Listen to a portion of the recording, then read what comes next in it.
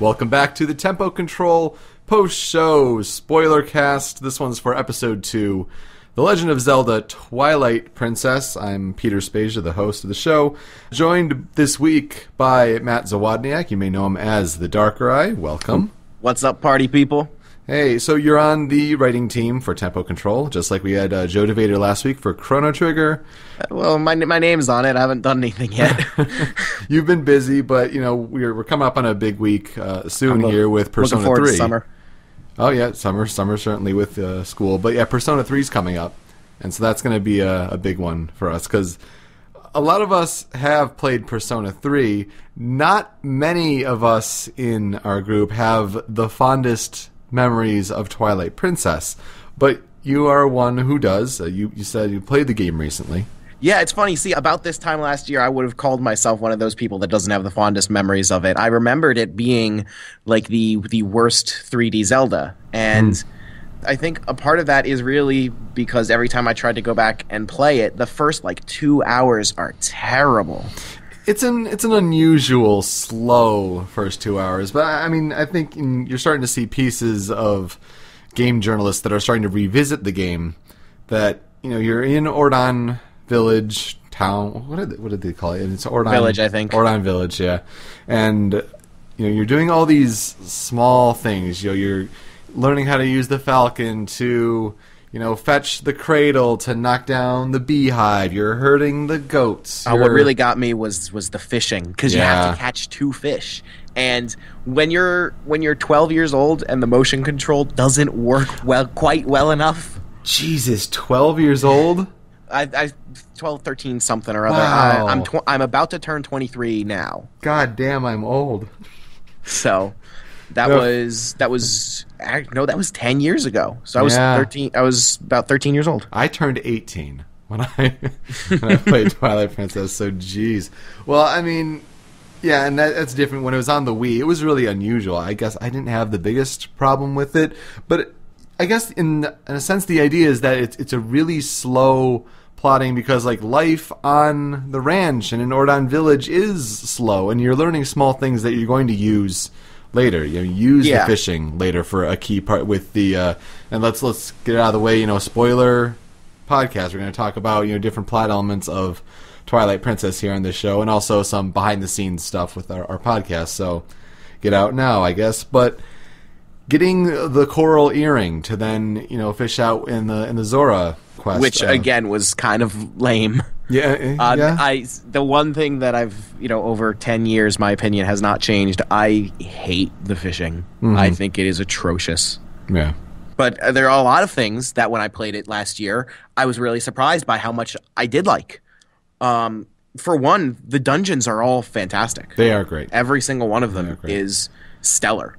I know a lot of people don't like Lakebed Temple, the water temple, but it could be better. That one tripped me up because when I played last year, I didn't open a guide once. But Lakebed, it was when I came the closest. No, I'm wrong. I did open up a guide in the Ice Mansion. Oh, Snow Peak, yeah. Yes. But a lot of them, they're kind of like a process of elimination sort of thing. And that's kind of how I thought when I played the Water Temple and Ocarina of Time for the first time. But like I wasn't 10 years old when I tried it for the first time, so I don't have that perspective. But yeah, it's all a matter of like where have you been, where do you still have to go, what operates what. And the reason that doesn't work so much in Snow Peak is because there's so much retreading old ground, and I don't mind the way they do it in that dungeon because you're retreading old ground from a new perspective with new tools, so to speak. And to get new soup. Yes, and I would just while we're on the topic of Snow Peak, I said this, 5 years ago now on the original Zelda cast. Wow, back to old Show Me Your News days, yeah. If you use the Mortal Draw, which is the sword skill where you put your sword away and then you pull it out with the A button to do a lot of damage, if you use that on the mini boss in Snow Peak, the Ball and Chain Lizard, it one hit kills him. I would say it's a highly underrated move, and that's one of the tougher mini-bosses in the game. So not for me. There's a little tip for everyone going back to play the HD version, assuming that is still in, like they haven't patched it out or whatever. Well, it's not really anything that's like, it's not a glitch or anything. It's just it's because that's such a difficult boss, it has really low health. But since the Mortal Draw does so much damage, that's it. And again, to this day, I don't actually know anything about that boss fight because it lasted 10 seconds. I mean, usually I think the common strategy is you claw shot like above it to then land behind him to strike, because you have to be careful with the timing because he's going to throw the ball and chain at you. But still, the bosses, certain bosses in Twilight Princess in particular, were great. I mean, I think Morpheal is a good one when you're swimming. Yeah, it's kind of... Twilight Princess actually had pretty solid swimming controls, which no game ever will have great swimming controls. Right. But Twilight Princess came pretty close. I think Agarok is a great 8th boss. Is that the Arbiter's Ground one? That's Stalord, that's the best one in the game. Oh yes, Agarok was the dragon. Yes. In the Sky Temple. Correct. Both of those bosses are some of my favorite bosses in the whole series. Stalord, I think, is my favorite Zelda boss to this day. The first phase, not so much. It's that a was little kind of weird. It's pinball and it's weird, but overall for the spinner item, which some people knock and say it's stupid, but the spinner is the coolest item in the whole series that just was tragically underused. I totally agree. Yeah. And I think I saw like a developer video a couple days ago that they're talking about Twilight Princess HD. Let's talk about our design decisions. They said that they made the spinner not really knowing what they were going to do with it just because they thought it was cool. And that kind of does come off because outside of Arbiter's Ground, I think there are exactly 3 points in the entire rest of the game where you use the spinner. Yeah, I mean, you do one for like a piece of heart where you're kind of going up a passage, and it's a nuisance to do, but it's for a piece of heart. Yeah, and then you use it in Ganon's castle, and just as one last, oh yeah, that existed. Yes. Right. The items in Twilight Princess, by the way, are all they have unique items in there. They do. The ball and chain, the spinner, and the double claw shot. Dominion Rod, yeah. Yes, Dominion Rod as well.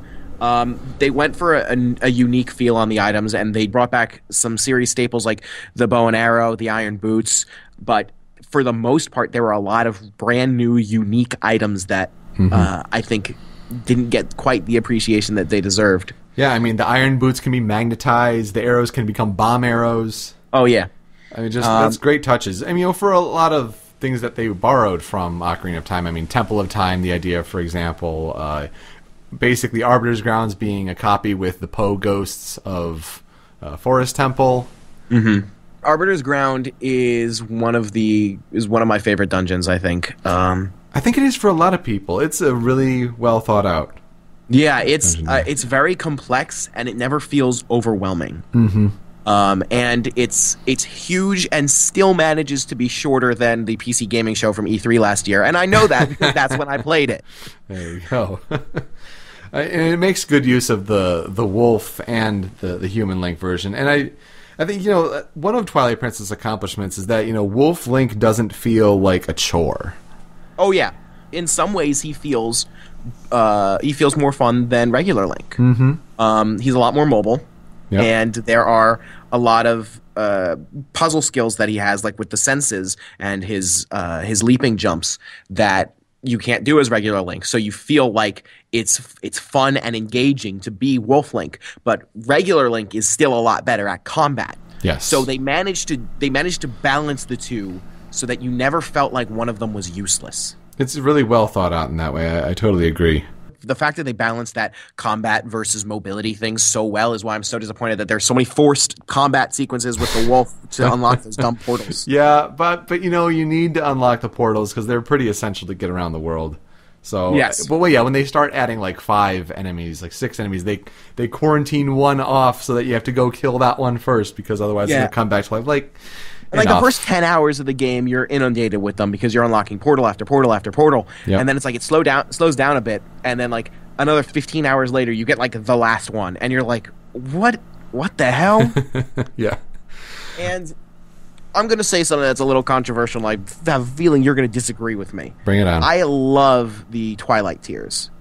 I don't like them. For me, it is the lights just went off in the room that I'm in. The motion sensor doesn't know I'm here. Whoa. And, okay, well, whatever. You got to collect the tears to turn it back on, obviously. Podcasting after dark. After hours. So the tears, they let you introduce an area from one perspective. So you start out seeing things as Wolf Link, and then you're forced to explore every piece of this area with the limitations of Wolf Link.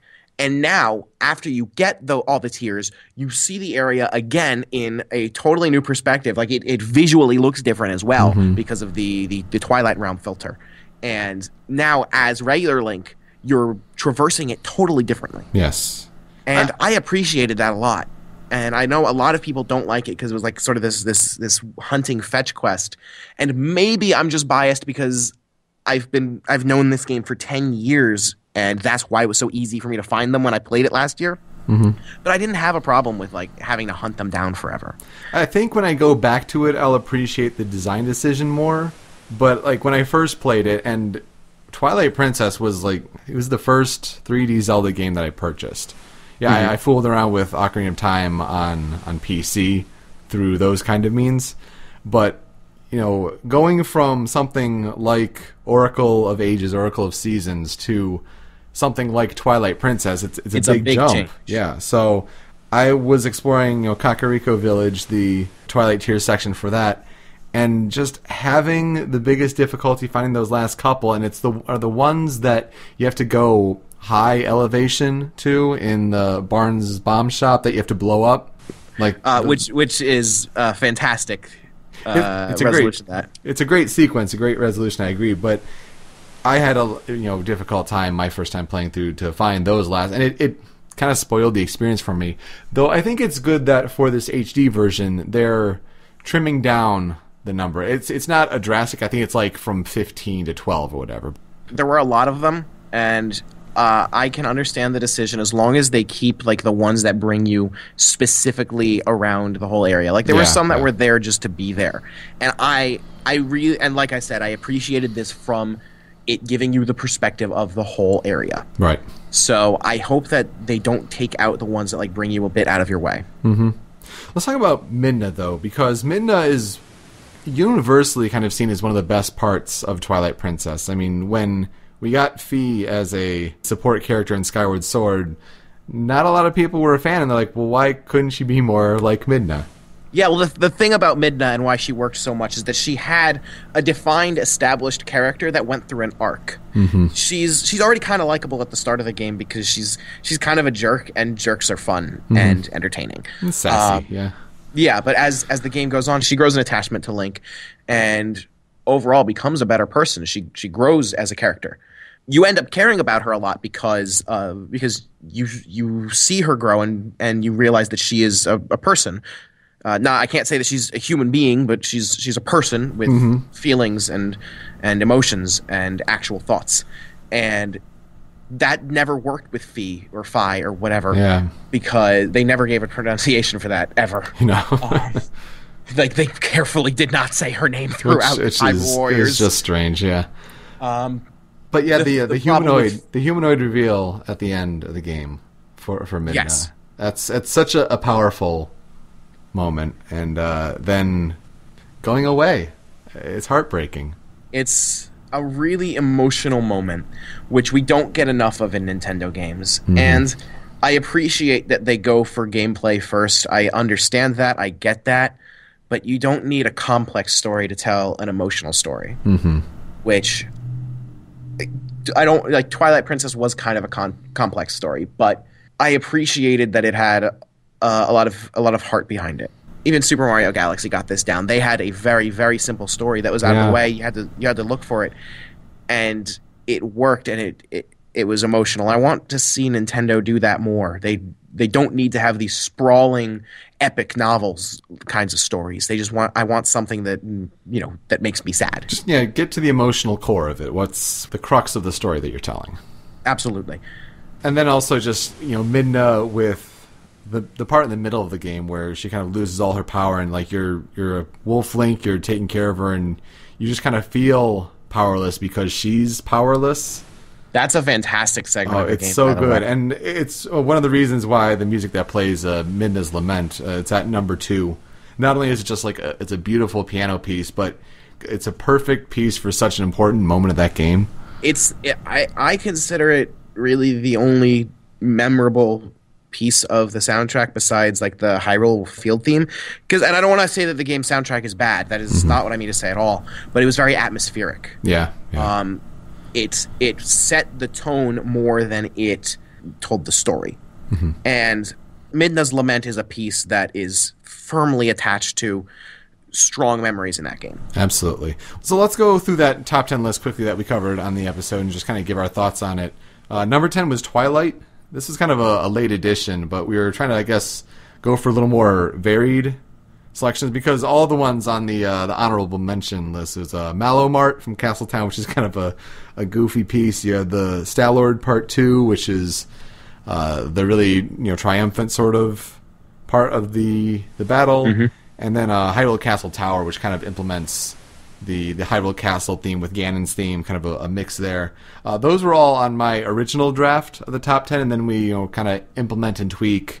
So this was kind of an addition with the Twilight theme in general. But it's up there. It's a powerful one because, as you're saying, like you're exploring the Twilight Realm with Wolf Link and trying to find those tears. Like that's a piece that doesn't leave your memory easily. Zant Battle is just that's a quirky song, and I like how it kind of mixes all the different previous boss battles you had Ook, you had kind of the Morpheal a little bit. Do you remember that battle well at all? I didn't get there in my playthrough last year. I stopped right at the beginning of Temple of Time. Oh, okay. That was right around when Splatoon came out. Yeah, I will say the one dungeon that doesn't really hit all the right moments is Palace of Twilight, and that's kind of one that's it's hit or miss. That's a blemish on a game that otherwise has a really fantastic set of dungeons. Yeah.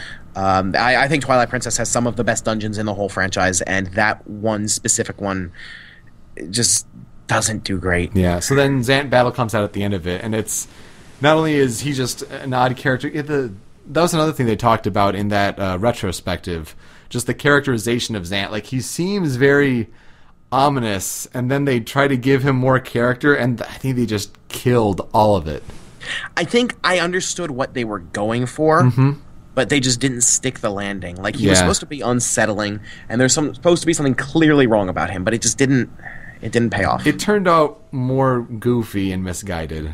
And that works in his boss battle, his erratic attacking styles, but it's also neat to see like there's a lot of borrows backs from like Ook in the Pharaon Woods dungeon with the monkey that's jumping across all the different poles, and you have to roll into the pole to knock the monkey off and expose his ass and whack it. So that kind of borrows back in the Zant battle. So little things like that. It's a cool little callback throughout the game, especially when you're so close to the end. Boss defeated is at number 8. It's the calm music after you beat the boss. It's another really nice calming piece, especially for as good of the boss moments that there are, to kind of have that wash over you at the end of it. I think it's effective. This piece also incorporates a little bit of Midna's theme. True. And I like that because it sort of sets the idea that you are going through this right alongside Midna and helps reinforce her as being a major character. And it's as much her story as the Twilight Princess as it is Link's. Very good point. I mean, Midna's theme being more of a minor key, but this obviously more of an uplifting major key. Number 7, Blizzetta Battle, second half. Both Blizzetta pieces are really good, and it's a good highlight to the end of that Snow Peak dungeon. But to have the big ice behemoth kind of looming over you, and you're slipping and sliding on the ice, trying to roll around, and these ice bits are crashing down on you.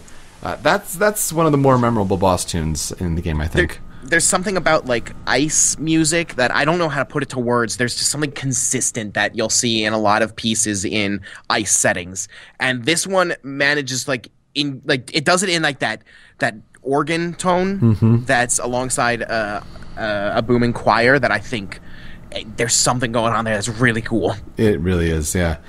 Ganondorf, some of those on our team were not a fan of the final boss Ganondorf.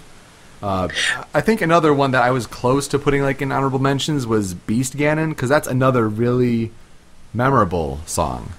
The Ganondorf song, it does a better job of giving the right atmosphere and feeling for that battle, than it does being a song to listen to. Yes. Like I'm listening to these pieces as we go through them right now, and I don't care to really listen to this, but then as soon as I close my eyes and picture that battle, it is utterly fantastic. It's like, oh yeah, hell yes. Hidden Village is a classic from this game. The area may not have been the best or most creative, just trying to, snipe, whatever, kill 30 of these little imp moblins, whatever, but the music is so good, and it's one of those ones that, like, you won't forget that song of Hidden Village at number 5. Yeah, it is exactly the perfect atmosphere and feeling. They were going for like a parody of like the spaghetti western. Yes. And you can see that in the quote unquote cinematography that's going on in that section. And they nailed it. Yeah. Hyrule Field, perfect collection of the different themes and motifs, I think, in the game. And just to, I think some people knock Hyrule Field for being just a very expansive place, but not as much content filling it compared to other, Hyrule Fields or Terminus Fields or what have you of past Zelda games. But it really sets the mood very well for, the big open adventure.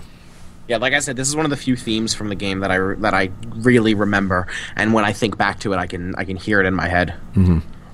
Now, orchestra piece number 1 is one that's not entirely featured in the game, but it's consistently featured on the soundtrack. They have 2 orchestra pieces, and this one goes with, a well-known trailer for it, I believe.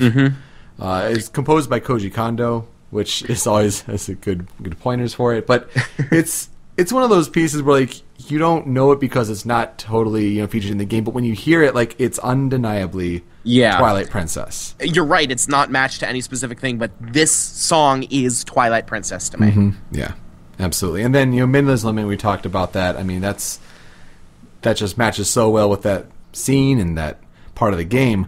Number 1 was an unusual addition because the full staff credits, it's 12 minutes long. And I'm like, I'm not going to put a 12-minute song at number 1. It's too much. But then when you break it out, and it's that break where the scene of Midna returning through the Twilight Mirror, and it just, like the mirror shatters, so too does your heart.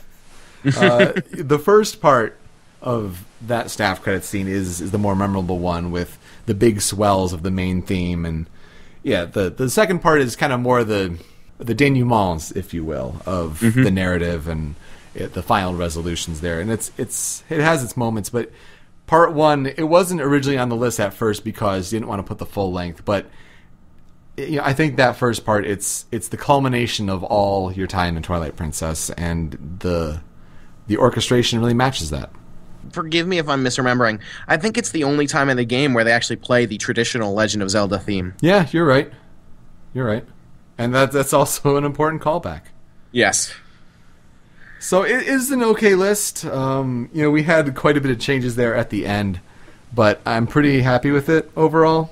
For a second episode, just an overall for production notes.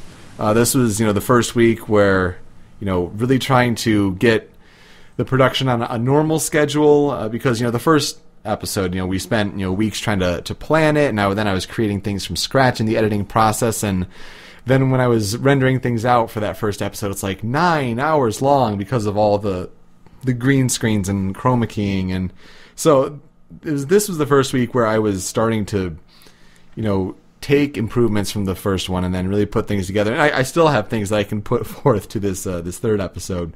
But the odd thing here was I was traveling this week. And so I was, on a plane on Wednesday out to Phoenix and then back on Friday. And so I got, to do some writing. So the musical number, the Hungry Like a Wolf parody off of Duran Duran with Turned into a Wolf, like, I wrote that, like, in an hour on a flight home when I didn't really have access to, like, a rhyming dictionary. And so, like, those are things that I'll remember about this episode in particular. And, I haven't really heard any feedback on how the musical number turned out. It's just, like, I like to do those kind of things, silly as they may be, and I didn't want to just, make it, Show Me Your News Game of the Year thing that we do every year. It's like every little bit, if something fits, like, when, Twilight Princess comes up, it's like, oh, well, Hungry Like the Wolf. Like, there's your theme. Wolf. Got it. All right. Make it about Midna and Wolf Link. Cool. Got it. So I was pretty happy with that turned out, and I think this week was generally like a good improvement on the production side of things. Of course, further improvement still, but just starting out fresh and starting a new channel on YouTube is always difficult. But it's just kind of getting your feet under you and seeing where it goes from there. So Persona 3 this coming week, I'm really excited about that because we definitely have more people involved with that, more people who have played it, more people who are passionate about it, and I think we just recently finally locked down the list for that. And not a lot of debate on that one. I mean, because what generally happens is, I think for most of the games on our mastery game list is I kind of put down like a draft, what I just kind of at first glance and first blush think when it comes to mine, and then we tweak it further from there. But Persona 3, like the Persona games in general, great soundtrack, but there are definitely standouts. And oh yeah, I wouldn't say there's a single bad song in the game, but there are ones that I know much better than others.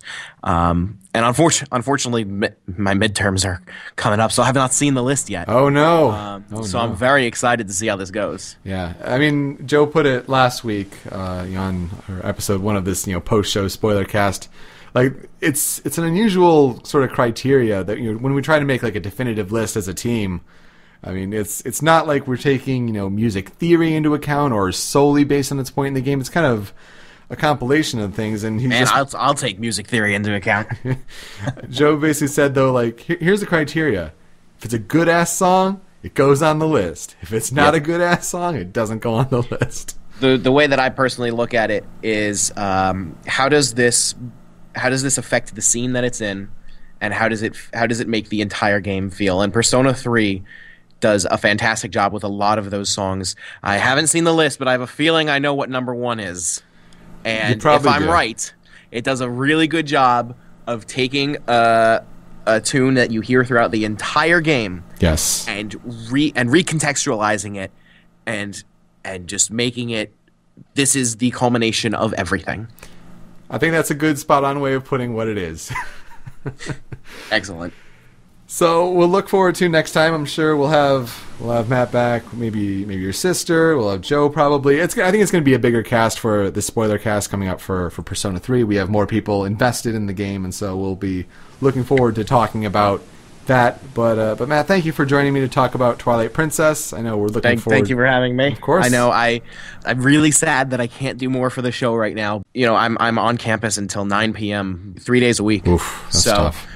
If I'm looking forward to summer when I'm just working. I'm out the door at 5, and then I leave work behind me. Exactly. So I look forward to being much more involved in the show over the summer. Awesome. Yeah, so we're looking forward to playing the HD version on Friday, March 4th. I think we're only a couple days away from that now, so hope you enjoyed listening to this. Go check out the full episode over at youtube.com/rhymeswithasia. The show is Tempo Control. So mad you got a name that clever. Oh, really? Well, thank you. And I couldn't on Twitter. That's the thing. Someone who last posted in 2012 and it wasn't even that clever of a name. Can I commission you to come up with a name like that for me? I wish I could, but this is the thing that I kind of came up with to tell people how I pronounce my name, because it's said several different ways, by different strains of the family, but we'll see. I may charge highly though. Well, do you accept Rice Krispie treats as payment? Yes, okay. Those are good. I also pay out in Totino's pizza rolls. Leave a comment on this web zone and I'll email you a pizza roll. Cheese. You got to go cheese on the pizza roll. The more meat you stuff in a pizza roll, that loses its point. It gets cluttered. It loses the point. I don't need pepperoni and sausage and bacon and My roommate gets the triple meat one, and it's it doesn't even all fit. It's coming out. The meat to pastry ratio is just off, and that's not okay. Absolutely, and then you gotta cook it right. You gotta do it in the oven if you're doing a lot of them. If you're just looking for a quick bite, then it's okay in the microwave. But if you're trying to have a full hearty meal with your family, the oven's the right way to do it. Totina's Pizza Rolls, Twilight Princess. TP. I'm Peter. That's Matt. Thank you for listening. Check out Tempo Control. Have a great night, everyone.